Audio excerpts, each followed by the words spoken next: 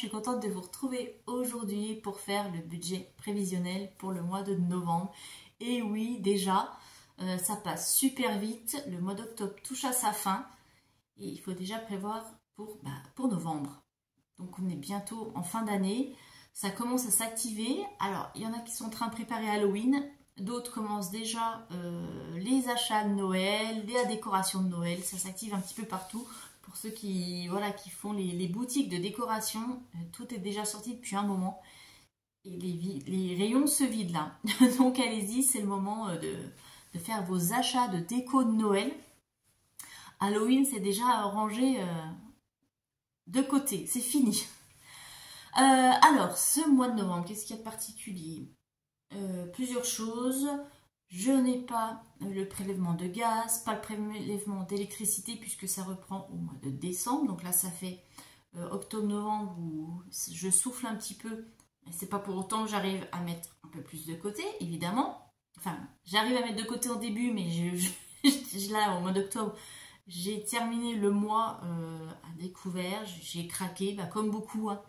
Certains d'entre vous m'ont dit que ça c'était assez difficile aussi pour eux. Des envies de craquer, des envies de réconfort. Alors, est-ce que ça vient du temps, du changement de saison, de la morosité, des actualités qui font que on en a marre et on se dit allez, c'est pas grave, de toute façon, on n'est plus à ça près. Là, j'avoue que c'est un petit peu mon cas. Me dire, allez hop, allez, c'est bon, j'en ai marre un petit peu de serrer la ceinture tout le temps. Là, je me fais plaisir. Mais bon, maintenant, il va falloir se raisonner, hein, stop. Sinon, ça ne sert à rien de faire les enveloppes. Donc, je vais me raisonner pour le mois de novembre. Promis, je vais faire le maximum. Je vais me ressaisir. Allez, on se ressaisit tous. On se dit, c'est bon, novembre, on va tenir. Et puis, qu'est-ce qu'il y a d'autre là au mois de novembre? Peut-être une augmentation du loyer. On verra s'il y a une bonne surprise ou pas. Et sinon, il n'y a rien de particulier normalement. Donc, j'espère qu'il n'y aura pas d'imprévu. On va croiser les doigts. Maintenant, je vous propose qu'on fasse ce budget ensemble. Allez, on se retrouve tout de suite sur le bureau. Donc, c'est parti pour ce budget du mois de novembre. Je vais sortir tout de suite mes feuilles. Quoique non, je peux les laisser, c'est pas gênant. Alors, en revenu, eh bien, on a le salaire. Ça ne change pas. On est à 1600. Ensuite, j'ai la pension pour ma fille qui est à 286. Et ensuite CAF, donc la CAF c'est la prime d'activité qui est à 155, ce qui nous fait un total de 2041 € pour le mois en prévu. Ensuite, dans les crédits dettes, eh bien, je vais mettre le découvert, hein, parce qu'évidemment, je termine, je vous l'avais dit, hein, que je terminais le mois d'octobre à découvert. Donc là, on va mettre ici le découvert, qui est de 78 €. Bon, alors, certains me diront que c'est pas beaucoup, d'autres que c'est beaucoup. Bon, ben voilà. Et du coup, je vais le résorber en une fois. Je ne vais pas l'étaler sur novembre et décembre, parce que comme en novembre, je n'ai pas la mensualité de gaz et électricité et que ça reprend seulement au mois de décembre, autant l'inclure. Voilà. Donc, ce qui nous fait un total de crédit dette de 78. Alors, on passe aux dépenses fixes. Ici, c'est tout ce qui est prélevé directement sur mon compte bancaire. Donc, j'ai le loyer. Alors, pour l'instant, il est de 678, mais il est possible, même fort probable, qu'il augmente parce que là, ça va faire 2 ans que je suis dans le logement. Et l'année dernière, j'ai eu la mauvaise surprise d'avoir, vous savez, la réévaluation du montant du loyer. Donc là, je pense que ça va être pareil. Et que vu que tout augmente, je ne vois pas pourquoi mon propriétaire n'augmenterait pas non plus le loyer. Voilà. Donc, c'est 678, mais je pense que ce sera plus. Ensuite, le prêt, 114. Donc, le prêt, je rappelle que je le mets ici parce que je ne le mets pas là. Hein, parce que c'est un prêt que je ne peux pas solder avant la fin. Donc, il ira jusqu'au bout. Donc, je le laisse ici. Ensuite, le leasing. Pour la voiture, on est à 242 € par mois. Restauration scolaire. Donc là, les prélèvements, c'est pareil. Là, c'est à partir du mois de novembre jusqu'au mois d'août, il me semble. C'est de novembre à août. Et c'est 70 € par mois. Donc là, pareil, c'est... en fait, c'est un forfait. Donc même si ma fille, il y a des jours où elle ne mange pas parce qu'elle sera absente ou malade, bah, c'est pas déduit. Alors qu'au collège, c'est vrai qu'il déduisait. On payait vraiment au réel. Là, c'est un forfait. Donc qu'elle soit là, pas là, c'est toujours la même somme. Ce sera 70 € et sachant que ça varie suivant les trimestres. Mais bon, là, pour le mois de novembre, c'est 70.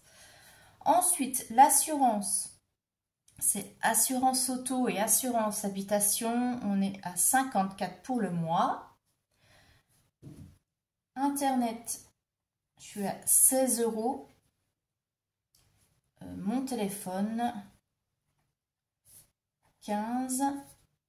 Le téléphone pour ma fille, c'est 16. La cotisation du compte bancaire, c'est 12 € par mois. Et toujours Netflix, ce qui fait 9. Donc là, on va faire le total des charges.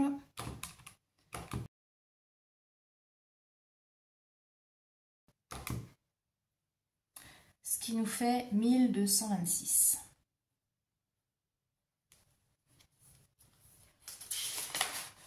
Ensuite, virement permanent.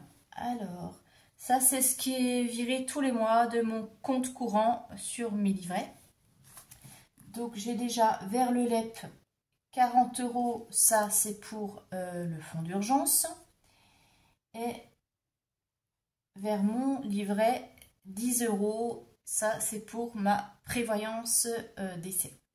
Qui nous fait 50. Donc je rappelle, moi, j'ai pas souscrit à une assurance décès ou une assurance prévoyance. J'en avais une avant que j'ai soldée parce que c'est à fond perdu. Alors là, du coup, je mets tous les mois 10 € sur un livret classique. En plus, ça rapporte des intérêts et ça me fera une petite enveloppe pour régler mes obsèques. Voilà. Dépenses variables. Qu'est-ce que j'ai de prévu pour le mois de novembre ? Carburant. Donc là, je mets 100 € parce que j'ai un déplacement prévu dans la famille et tout. Donc pour ce déplacement plus les trajets travail, j'ai calculé un budget de 100 € de carburant pour le mois. J'ai les croquettes. Donc là, ce mois-ci, il y a les croquettes pour Senko. Donc 45 €. Donc moi je prends directement en sac de... C'est 9 kg il me semble. En sac de 9 kg, comme ça je suis tranquille pour 6 mois. Et voilà, donc ça c'est très bon, très bien, pardon. Et c'est bon, voilà. Donc ce qui nous fait 145 € de dépenses variables. Les enveloppes, donc ça c'est les sommes que je retire en début de mois pour mes dépenses courantes. Donc, on a l'enveloppe course, comme d'habitude, et il y a 280 €. L'enveloppe d'hiver, 20 €. Donc ça, je rappelle que c'est le mini fonds d'urgence.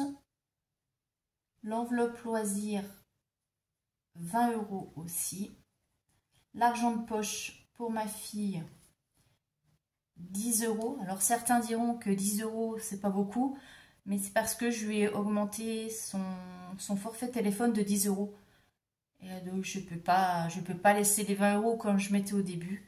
On ne peut pas avoir les deux. Donc c'est 10 €. Et puis ben pour moi, les 10 c'est 20 €. Ça je rappelle, c'est un petit budget pour manger une fois par mois au food truck avec mes collègues. Voilà. Donc j'avais dit que j'augmenterais peut-être ces enveloppes-là pour le mois de novembre, mais vu le découvert qu'il y a à combler, bah non, voilà. Et j'espère être raisonnable et ne pas avoir envie de craquer au mois de novembre. Je vais essayer, voilà, vraiment de me raisonner. Et puis je me ferai peut-être un peu plus plaisir sur le mois de décembre parce que nous, on aura les marchés de Noël. Donc si on a envie de sortir, dans ces cas-là, peut-être qu'on craquera un peu plus. Donc je vais essayer de serrer la ceinture le mois de novembre et on se fera plaisir en décembre. Voilà. Alors, ce qui nous fait 350 € pour les enveloppes. Donc maintenant, on va faire tout ce petit calcul pour voir combien je peux mettre dans mes épargnes. Alors, je prends mes revenus, moins mon découvert, moins mes charges fixes, moins mon virement, j'enlève mes dépenses variables et ce que je vais mettre dans mes enveloppes, ce qui nous laisse 192 €. Donc 192 € à répartir dans les épargnes prévisionnelles. Alors, comme d'habitude, j'ai le train, mes 40. Ensuite, j'ai Noël, 20. Des anniversaires, 10. Ce qui nous laisse 122 €. Donc, ce que je vais faire, je vais mettre dans les vacances 60. Il reste 60 que je vais mettre dans l'enveloppe voyage pour le petit voyage qu'on a prévu au mois de mai. Et il restera 2 €, donc ce qui fait un total d'épargne de 190. Sachant que Noël, c'est le dernier mois que je mets, et puis que j'ai déjà commencé quelques achats de Noël. Ouais. Voilà, c'est tout bon. Donc voilà pour ce mois de novembre. J'espère pouvoir le tenir et ne pas terminer à découvert. Il faut vraiment que je me raisonne. Bah, dites-moi vous si vous avez déjà fait votre budget prévisionnel pour le mois de novembre, si vous avez des imprévus, des charges qui tombent, des régularisations, etc. Je vous fais de très gros bisous et je vous souhaite une bonne semaine. Bye bye.